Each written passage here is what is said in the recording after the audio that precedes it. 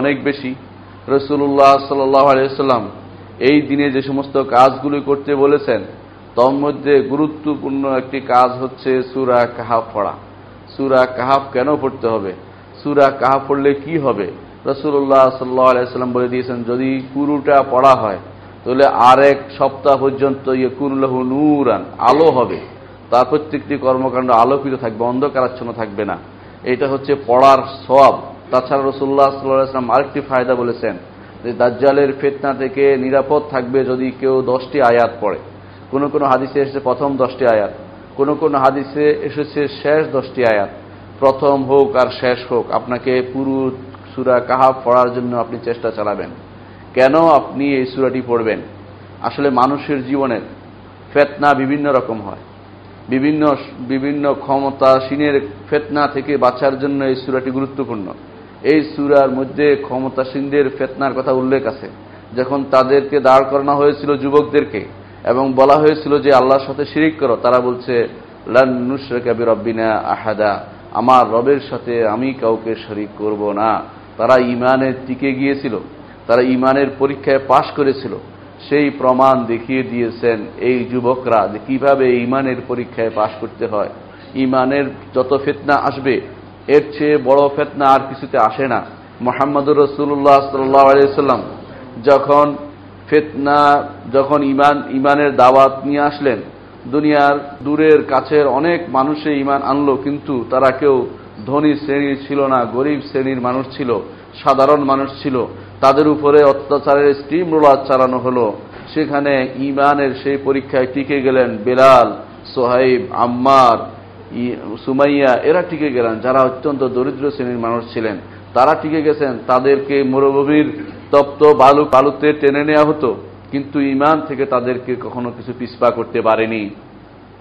এটা এই জন্যই যে ঈমান যাদের অন্তরে একবার প্রবেশ করে, সেই ঈমান যদি ইখলাসের সাথে প্রবেশ করে সেখান থেকে কোনো কিছু তা বের করতে পারে না। কারণ ঈমানের স্বাদ যে পাবে সে কখনো ঈমানের বাইরে আর কিছু চিন্তা করতে পারে না। রব্বুল ইজ্জতকে চিনবে তার অন্তর, যে অন্তর রব্বুল ইজ্জত যে অন্তরকে সৃষ্টি করেছেন, যে কলবকে সৃষ্টি করেছেন, সেই কলব যখন রব্বুল ইজ্জতকে চিনতে পারবে তখন সেই কলব হয়ে যাবে দুনিয়ার সবচেয়ে বড় শক্তিশালী কলব, যার সামনে কোনো কিছু দাঁড়াতে পারে না। যে প্রমাণ দেখিয়েছেন ইব্রাহিম আলাইহিস সালাতু ওয়াস সালাম, যখন তিনি দাঁড়িয়েছিলেন একা সমস্ত জাতির সামনে, জাতি তাকে বলেছিল যে চলো ইবাদত করতে চলো, মূর্তি পূজার দিকে চলো, তিনি বলেছিলেন ইন্নী সাকিম, আমি রোগাক্রান্ত, মানসিকভাবে আমি সুস্থ নই, আমি তোমাদের এই সমস্ত জিনিস আমি পছন্দ করি না। ইন্নী লিআমালিকুম মিনাল কালিন, আমি তোমাদের এই সমস্ত আমলকে ঘৃণা করি। তিনি কথা বলেছেন। তারপর তারা তখন ছেড়ে চলে গেল। তিনি দেখিয়ে দিয়েছেন কিভাবে মূর্তি ভাঙতে হয়, তা দেখিয়ে দিয়েছিলেন যে ঈমানের একা মানুষ, সাথে কেউ নাই, তারপরেও তিনি সে কঠিন সময় ঈমানের তেজুদ্দীপ্ত ছিলেন। ঠিক একই কাজ করেছেন মুহাম্মদুর রাসূলুল্লাহ সাল্লাল্লাহু আলাইহি ওয়াসাল্লাম।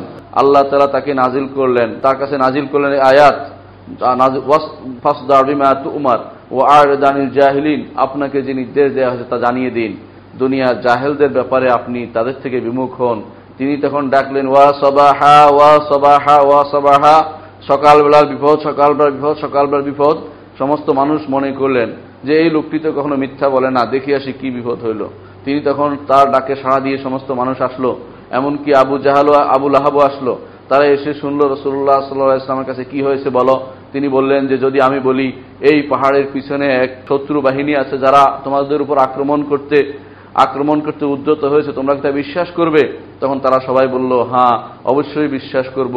লান্না মা জাররাবনা আলাইকা আল কাযিবা কাত, আমরা কখনো আপনার কাছে মিথ্যা শুনিনি, সত্য কথাই শুনেছি।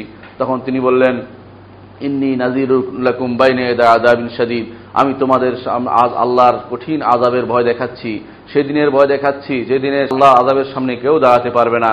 তোমরা সবাই ঈমান আনো, হে কুরাইশের বংশের লোকেরা, হে বনি হাশিম, হে বনি মুত্তালিব, হে সফিয়া, হে ফাতেমা, তোমরা যারা আছো সবাই তোমরা নিজেদের ব্যাপারটি গুটিয়ে নাও। আমি তোমাদের কোনো উপকার করতে পারবো না। এমন এক সময় আসবে যখন তোমরা সেখানে কিছুই করতে পারবে না, তোমরা ঈমান আনো। আবু জাহাল ছিল দাঁড়ানো, সে সহ্য করতে না পেরে বলল, তাব্বাল্লাকা আলিহাযা জামাতানা, তোমার ধ্বংস হোক, তুমি এই জন্য আমাদেরকে একত্রিত করেছেন। আল্লাহ তাআলা তখন আবু লাহাবের বিপরীতে আয়াত নাযিল করলেন, তাব্বাত ইয়াদা আবি লাহাবিন ওয়া তাব মা আগনা আনহু মালুহু ওয়া মা কাসাব সায়াসলা নারান যাতাল লাহাব ওয়া ইমরাআতুহু হাম্মালাতাল হাতাব ফি জিদিয়া হাবলুম মিন মাসাদ। রাসূলুল্লাহ সাল্লাল্লাহু আলাইহি ওয়াসাল্লামকে তার স্ত্রী কষ্ট দিত, কিন্তু এই কষ্ট রাসূলুল্লাহ সাল্লাল্লাহু আলাইহি ওয়াসাল্লাম ঈমান থেকে বের করেনি।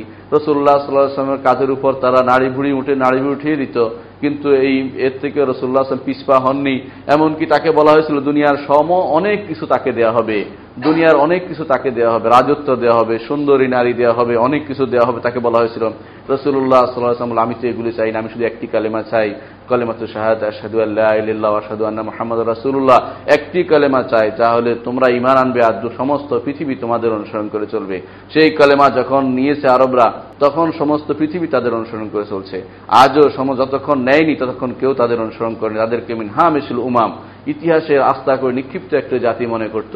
কিন্তু যখনই তারা সেই বাণী নিয়েছে, আশহাদু আল্লা ইলাহা ইল্লাল্লাহ ওয়া আশহাদু আন্না মুহাম্মাদুর রাসূলুল্লাহ, ঈমানের তেজে তেজোদ্দীপ্ত হয়েছে, তখনই পৃথিবীর সমস্ত জায়গাতে তাদের নাম ছড়িয়ে গেছে।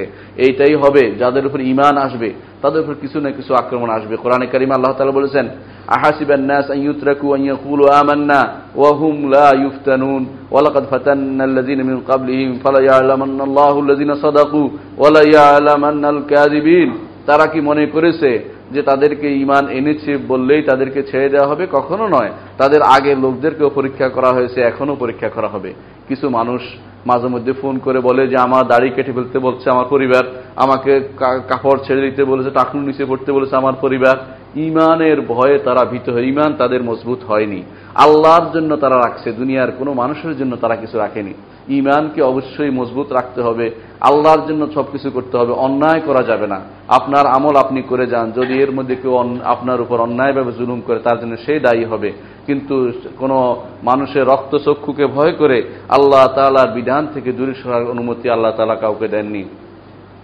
এই ফিতনা থেকে বাঁচার জন্য এই ফিতনার বিষয়টি আলোচনা হয়েছে এই সূরা কাহফ। এই জন্য সূরা কাহফ পড়তে হবে প্রত্যেকটি ঈমানদার। পড়ার সময় মনে রাখতে হবে যে রব্বুনা রব্বুস সামাওয়াতি ওয়াল আরদ লান নাদউয়া মিন দুনি ইলাহান লাকাদ কুলনা ইযান শাতাতা। আল্লাহ ব্যতীত কারো কাছে কোনো কিছু চাইব না, আল্লাহর সাথে কাউকে শরীক করব না, আল্লাহ ছাড়া কারো ইবাদত করব না। সারা জীবনের এই জিনিসটি নিব, যত বিপদে হোক। সাহাবায়ে কেরামের মতো মর্দে মুজাহিদ থাকতে হবে যে ইবাদতের ক্ষেত্রে, আল্লাহ আকুতির ক্ষেত্রে, চাওয়ার ক্ষেত্রে, সাহায্য চাওয়ার ক্ষেত্রে, দাওয়াতের ক্ষেত্রে আল্লাহর পথ ছাড়া কোনো পথে আমি চলব না। কে কি বলল, কে কি করলো, সেটা কিছু যায় আসে না। মান কানা লিল্লাহি কানা আল্লাহু লাহু। কেউ যদি আল্লাহর জন্য হয়, আল্লাহ অবশ্যই তার জন্য হবে। এই জন্য অবশ্যই মনে রাখতে হবে আল্লাহ রাব্বুল ইজ্জতের ফয়সালা ব্যতীত কোনো কিছু হয় না। আল্লাহ রাব্বুল ইজ্জতের উপর যদি কেউ ইখলাসের সাথে কোনো কাজ করে, আল্লাহ তাআলা তাকে অবশ্যই হেফাজত করবেন। দেখেন মুসা আলাইহিস সালাতু ওয়াস সালাম, তিনি ইখলাসের সাথে কাজ করেছেন বলেই সামনে নদী ছিল, সেই নদী ভাগ হয়ে গেল, তারা পার হতে পারলেন। আল্লাহ তাআলা বললেন, ইন্নাহু কানা মিন ইবাদিনাল মুখলাসিন, তিনি আমার মুখলাস বান্দাদের মধ্যে থেকে ছিলেন। আল্লাহ তাআলা তাকে সেভাবে তৈরি করেছেন। ইখলাসের গুরুত্ব অনেক বেশি। ইখলাসের সাথেই আপনার মানব জীবনের অনেক কিছু জড়িত। কোরআনে কারিমে আল্লাহ তাআলা এই ইখলাসের আপনার প্রত্যেকটি কাজে আপনি যে ঈমান এনেছেন তাকে ইখলাসের সাথে এনেছেন কিনা তা আপনি পরীক্ষা দিবেন, এটা আল্লাহ তাআলা চান। কোরআনে কারিমে আল্লাহ তাআলা বলেছেন, ফামান কানা ইয়ারজু লিকা রাব্বিহ ফালইয়ামাল আমালান সালিহান ওয়া লা ইউশরিক বিইবাদাতি রাব্বিহ আহাদা। এই সূরা কাহফের সর্বশেষ আয়াত এটা।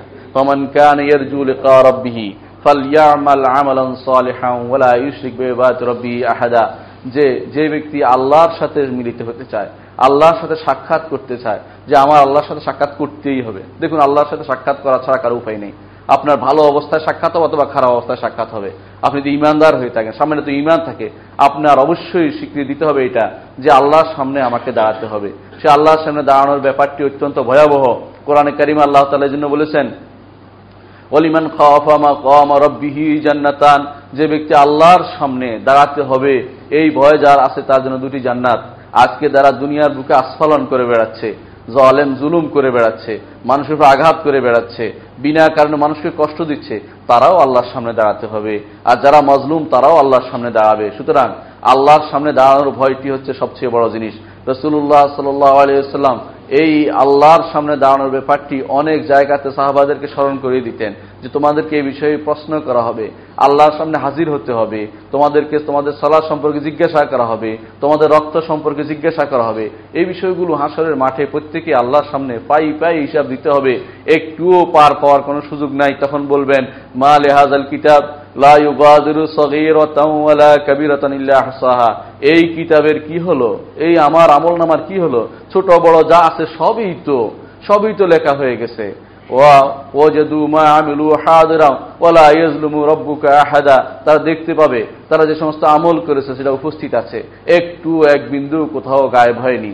তখন তারা বলতে থাকবে ইয়া লাইতানি লাম উতা কিতাবিয়া, হায় আমাকে যদি আমলনামা দেয়া না হতো।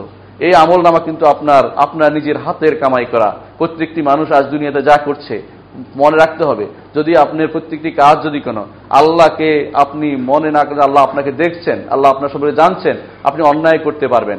এই জন্য আল্লাহর ঈমান যদি মজবুত থাকে, আপনার ইখলাস যদি ঠিক থাকে, আপনি মনে করবেন যে আল্লাহ তাআলা আমার সবকিছু করতে পারে, দুনিয়ার কোনো কিছু করতে পারে না। দেখুন ইব্রাহিম আলাইহিস সালাতু ওয়াস সালাম যাকে যখন আগুনে নিক্ষেপ করা হচ্ছিল, তিনি একটি কথা বলেছেন হাসবুনাল্লাহু ওয়া নি'মাল ওয়াকিল, আল্লাহই আমার জন্য যথেষ্ট। দুনিয়ার কোনো মানুষের কাছে কান্নাকাটি করেননি, কোনো বিপদে কারো কাছে হাত ধরেননি। অনেকে আসলে সাহায্য করতে, তিনি বলছেন ইলাইকা লা, তোমার কাছে নয়, আমি আল্লাহর কাছে আছি, আল্লাহর কাছে শুধুমাত্র আমি চাইবো। ঠিক আল্লাহর কাছে চাওয়ার কারণে আল্লাহ তাআলা তাকে কি করেছেন, কুলনা ইয়া নারু কুনি বারদান ওয়া সালামান আলা ইব্রাহিম, আমি বলেছিলাম যে আগুনকে আগুন তুমি ঠান্ডা হয়ে যাও এবং নাতিশীতোষ্ণ হয়ে যাও আমার ইব্রাহিমের উপর, এবং শীতল হয়ে যাও, এসি বাসায় এসির মতো ঠান্ডা হয়ে গেল ইব্রাহিম আলাইহিস সালাতু ওয়াস সালামের উপর। কেন? তিনি আল্লাহর কাছে একমাত্র ধারণা দিয়েছেন, ইখলাস ছিল তার মধ্যে। সুতরাং যে ব্যক্তি আল্লাহর সাথে সাক্ষাৎ করতে চায়, ফামান কানা ইয়ারজু লিকা রাব্বিহি, যার সামান্যত ঈমান আছে যে আমাকে আল্লাহর সামনে দাঁড়াতে হবে, আল্লাহর সামনে আমাকে প্রত্যেকটি জিনিসের হিসাব দিতে হবে, তাহলে দুটি কাজ করতে হবে। কি দুটি কাজ? আল্লাহ তাআলা বলে দিয়েছেন ফালইয়ামাল আমালান সালিহা, একটি হচ্ছে আমলে সালেহ করতে হবে, সৎ আমল করতে হবে। আরেকটি হচ্ছে ওয়ালা ইউশরিক বিইবাদাতি রাব্বি আহাদা, আল্লাহর ইবাদতের সাথে আর কাউকে শরীক করা যাবে না। আল্লাহর জন্যই আপনার সমস্ত কর্মকাণ্ড